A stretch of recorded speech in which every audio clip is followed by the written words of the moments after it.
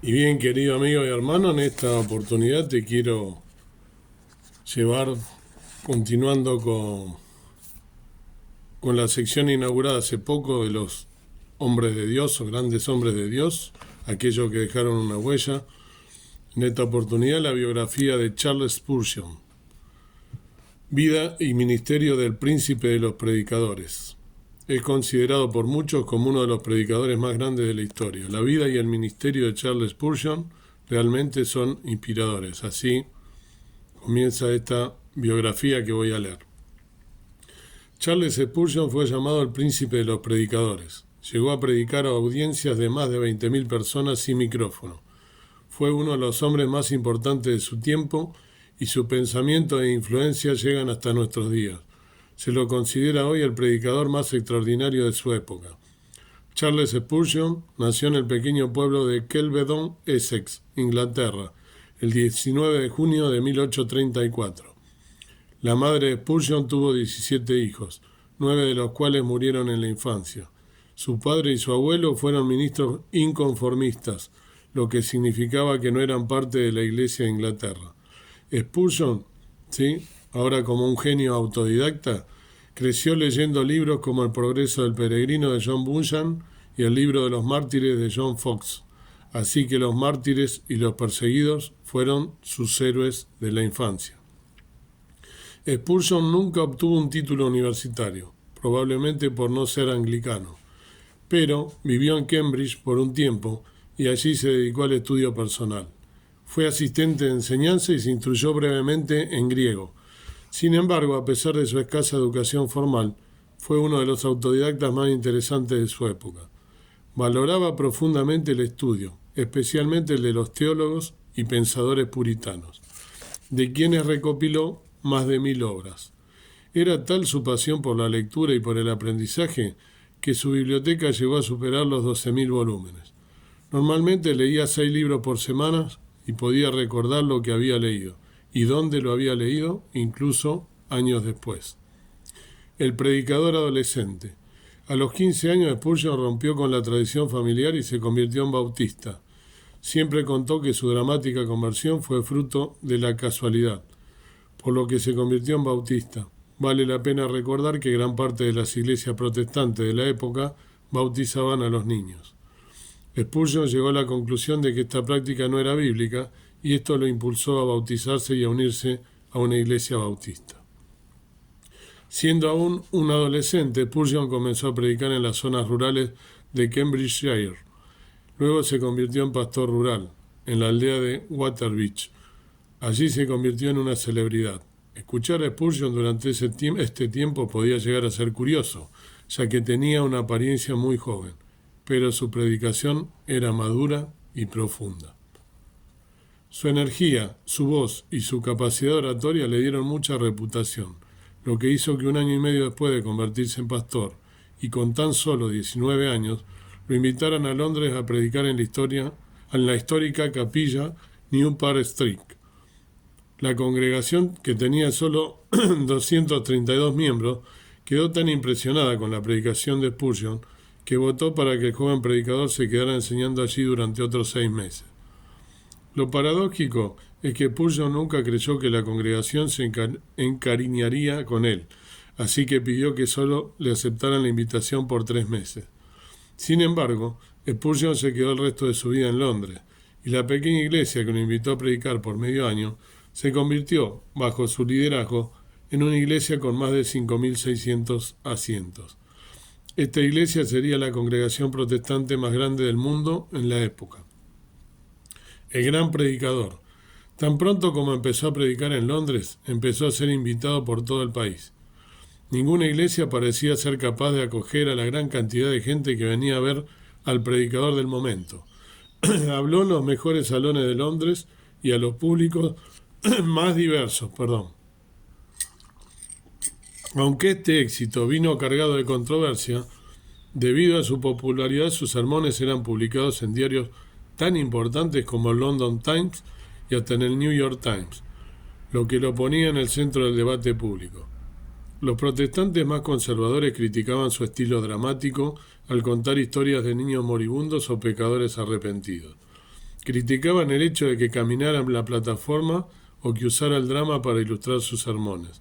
Algunos lo llamaban el demagogo de Exeter Hall y el púlpito bufón. Enfoque en el Evangelio. Pero no solo fue su forma de predicar, sino también sus convicciones las que crearon controversia. Él nunca se acobardó a la hora de predicar la verdad. Su mensaje era claro y directo. Un día, predicando sobre Hechos 26-28, dijo: casi persuadido de ser cristiano es como el hombre que fue casi indultado, pero fue ahorcado como el hombre que casi fue rescatado, pero se quemó con su casa. Un hombre que está casi salvado está condenado. Spurgeon era ante todo un predicador, y en ese papel era insuperable. Su originalidad al predicar radicaba en su combinación de doctrina conservadora y un estilo actualizado. Tenía una gran habilidad para sentir el pulso de su tiempo y para saber, casi instintivamente, cómo llegar a la gente común en un lenguaje que podían entender con toda claridad. Entendió bien la sofisticación de la iglesia establecida y su irrelevancia. Cuando se trataba de anunciar el Evangelio de manera relevante a la gente común, Spurgeon era un maestro. Era un reflejo de George Whitefield.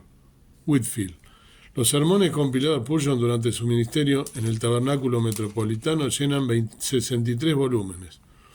Las casi 25 millones de palabras de los sermones son equivalentes a los 27 volúmenes de la 9ª edición de la Enciclopedia Británica. La serie se erige como el mayor conjunto de libros de un solo autor en la historia del cristianismo.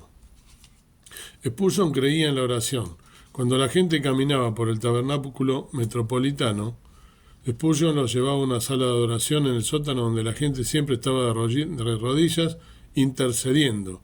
Siempre decía al respecto: aquí está el poder de la iglesia, en la oración. Ciertos temas despertaban en Spurgeon un profundo fervor. Siempre tuvo unas fuertes posiciones en contra del catolicismo. Atacaba el ritualismo y la hipocresía de las iglesias de la época y defendía con valentía sus posiciones conservadoras frente al modernismo. Durante esta época muchos pastores y teólogos empezaron a cuestionar sus propias creencias. Tan pronto el darwinismo se empezó a volver popular. Spurgeon creía que al mover temas fundamentales de las Escrituras, los ministros se alejarían del Evangelio y se llevarían por delante a sus fieles, lo que eventualmente sucedió.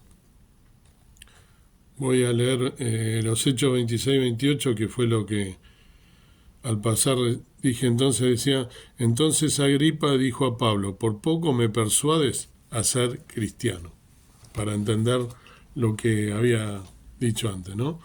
Bien, un gran corazón. Sin embargo, el aporte de Spurgeon fue mucho más allá de su predicación y de la iglesia. Este gran hombre murió pobre, entre otras cosas porque siempre procuró quedarse con poco, porque daba mucho a los que tenía a su alrededor. Cuando su iglesia se mudó de ubicación, él mismo aportó una gran suma de dinero, además de financiar la restauración de la anterior locación. No se puede pasar por alto decir que Spurgeon fundó 66 ministerios, con el dinero generado por las ventas de sus libros y predicaciones. Estos ministerios incluyeron 2 orfanatos, un fondo para libros, recolección de ropa, varios asilos, escuelas dominicales para los ciegos y niños, ministerios para los policías y mujeres de la calle, entre muchos más.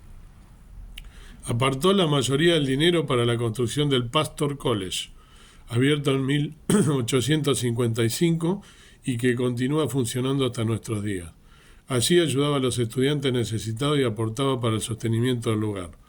También daba constantemente para el Ministerio de Vendedores Ambulantes, quienes vendían literatura cristiana a los pastores de toda Inglaterra. Spurgeon también ayudaba espontáneamente a sus amigos y familia. Siempre que descubría que uno de sus familiares estaba batallando financieramente, le enviaba dinero. Sus últimas cartas revelan que envió dinero, comida y regalo a sus padres durante toda su vida. El ocaso. Podríamos decir que, como predicador, Spurgeon lo tenía todo, excepto buena salud. Sufría constantemente de diversas dolencias y a veces sufría de graves episodios de depresión. También tenía gota reumática, lo que finalmente le quitó la vida a la edad de 57 años. Cuando se considera el gran corazón de Spurgeon, su exposición bíblica del Evangelio, su relevancia cultural, su estilo apasionado y la elocuencia de su predicación, no es de extrañar que se le llame hoy el príncipe de los predicadores. Predicó su último sermón en junio de 1891 y murió 6 meses después. Cuando Charles Spurgeon murió el 31 de enero de 1892, Londres se puso de luto. Cerca de 60.000 personas vinieron a rendirle homenaje en el tabernáculo metropolitano. Alrededor de 100.000 salieron a las calles mientras un desfile fúnebre de 2 millas de largo siguió a su carroza fúnebre desde el tabernáculo hasta el cementerio. Las banderas ondearon a media asta y las tiendas y los pubs estuvieron cerrados. Preciosa la historia, que te invito a que sigas buscando porque hay mucha más, ¿no?, información. Yo busqué, por supuesto, lo más relevante de la vida de un hombre entregado al Señor, sin lugar a dudas. Si no has escuchado sus sermones, sus prédicas o mirado sus todas aquellas, como por ejemplo La Buena Semilla, en fin, tiene un montón de meditaciones que te invito a que las busques porque es sumamente enriquecedor para la vida espiritual. Yo lo que veo, más allá de por supuesto toda su dialéctica y sus profundos sermones, que no son menor, por eso lo traje también, pero también su obra en cuanto a lo que siempre hablamos en este canal, ¿no?, que no alcanza solamente con ir a la iglesia, con leer la Biblia, con orar, con que también, a pesar de que la salvación no viene por obras, debemos hacer obras. Clarísimo, este hombre de Dios lo que hacía, fijarse siempre en los que más necesitaban, estar atento a la necesidad de que más lo necesita y ver de qué forma lo podía ayudar, ya sea con una palabra, financieramente, o acercándose a lo que fuese, como para una consolación, un abrazo, lo que fuese. Siempre tan importante hacer buenas obras, como lo dice la palabra de Dios. No es que lo estoy inventando yo. No salvan las obras, vuelvo a lo mismo. La salvación es por fe, por gracia, por aceptar a Cristo como tu único y suficiente Salvador. Sí, arrepentirte de tus pecados, pedirle perdón, ya lo sabemos. Pero las buenas obras, todos los grandes hombres de Dios hicieron buenas obras. Por eso traigo también en esta sección a Charles Spurgeon, que me parece que es importante tenerlo, ¿no?, en esta segunda biografía. Que Dios te bendiga y que pueda también tener a este hombre, no para adorar, como digo siempre, porque no es la adoración de ningún hombre, ni antiguo, ni moderno, ni contemporáneo, simplemente tener en cuenta qué fue lo que hizo que esos hombres fueran tan útiles para la obra del Señor, y tratar de alguna manera en eso de copiarlos, no adorarlos, no idolatrarlos. Todos tuvieron fallas como las tenemos nosotros. Fueron hombres, ¿no?, con seguramente tentaciones y también algunas miserias como las tenemos nosotros. Pero rescatar aquellas cosas que fueron de utilidad para la obra del Señor. Amado Dios y amado Padre, gracias por poder traer en este caso la biografía de este hermano tan conocido para muchos de nosotros y tan profunda su obra, como vemos, teniendo en cuenta todos aquellos que más lo necesitaban en ese momento, que no solamente pasaba desde un púlpito, que es sumamente importante llegar que la gente conozca a Dios y que se salve, pero también que es importante ver el prójimo, qué es lo que necesita, como está marcado tantas veces en la Biblia. Gracias por este ejemplo que nosotros tenemos que imitar, no para idolatrar, pero sí para tener en cuenta que nosotros también debemos poner en nuestra vida en práctica todo el Evangelio, todos aquellos que sabemos, que es ver quién es el que está necesitado y tratar de alguna manera de ayudarlo para poder de esa manera paliar un poco su necesidad, ya sea económica, financiera o también espiritual, o quizás alguna persona que esté pasando por alguna prueba por algo sentimental o algo que esté en lo más profundo de su ser dañándolo, que podamos ser de ayuda para aquellos que más lo necesitan. Danos la luz para poder entender que esto lo debemos hacer y que está en tu palabra. Gracias por esta palabra siempre que nos das y gracias por este siervo tuyo que sirvió tanto en la obra. En el nombre del Señor Jesús dejo este día pidiéndote que seamos victoriosos. Amén. Que Dios los bendiga.